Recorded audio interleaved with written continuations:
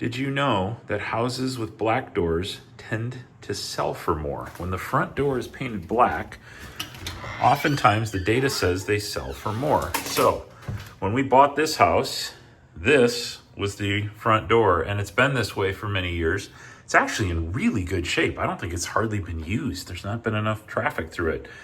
But that is a primed surface. Let's remedy it. A light door isn't a bad thing, but primer, not so great. It gives you that kind of blah feeling when you look at it. And granted, it's not jumping out from this house, because it's not facing the outside. It's in the little vestibule there. But look how much better it looks in black. It really pops now. Notice that flooring is finally done in the entryway as well. Meanwhile, the plumbers are finally done as well. They wrapped up a few things and we have the manhole cover in place. That is exciting. We've been waiting for that, and so full parking is coming back.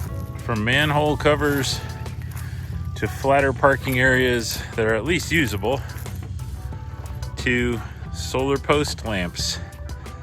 It's been a good week. We had just a couple of these little lamps because it is so dark out here. We came over one night and there was no light at all. So these ought to help immensely. They're supposed to run dawn to dusk, or vice versa, I guess. Anyway, that is in place, and we have finished the entryways. We have flooring. Welcome to the lake. We have finished the trimming all the way around. And you'll notice we had a huge temperature drop, and so everything's fogged up here. We also painted the front door, went with black. You saw some of that already. Inside, things are getting moved around because the flooring has begun. It looks pretty light right now, but I think once all of the other things are off it, and especially if you had some darker furniture in here, this will really pop nice. So stay tuned. We'll keep going on the floor next. Everything else has really been just about finish painting, wrapping up the trim on the doorways and making sure that we're ready for flooring throughout. This is still our staging room, much like it's been. The other big thing this week, though, is the bathroom. So here in the bathroom, when last we left it, we didn't have shower walls. This is now a functional sealed up shower. Very exciting. And of course, we have the working toilet, but you also notice here we've got the trim in place. Okay, there's trim up and around, and the base trim is in place. We also had to move the vanity up a little bit to clear the faucet. You can see that has been done.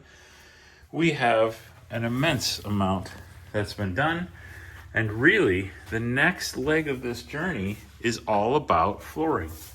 And so as we've begun in here, we'll just make sure we bring it out to this edge, and hopefully it goes nice and straight down this hallway. I've been making sure against the wall that it's squared up regularly, using that square right there. And of course, the tools of the trade. If you've installed any of these laminate floors, you know what these are. And the metal one here in front is the one that I really like. That and a hammer get a whole lot done. This is my first floor using knee pads. That has been fabulous. Let's just go there. And the only big problem we have is I need to move this.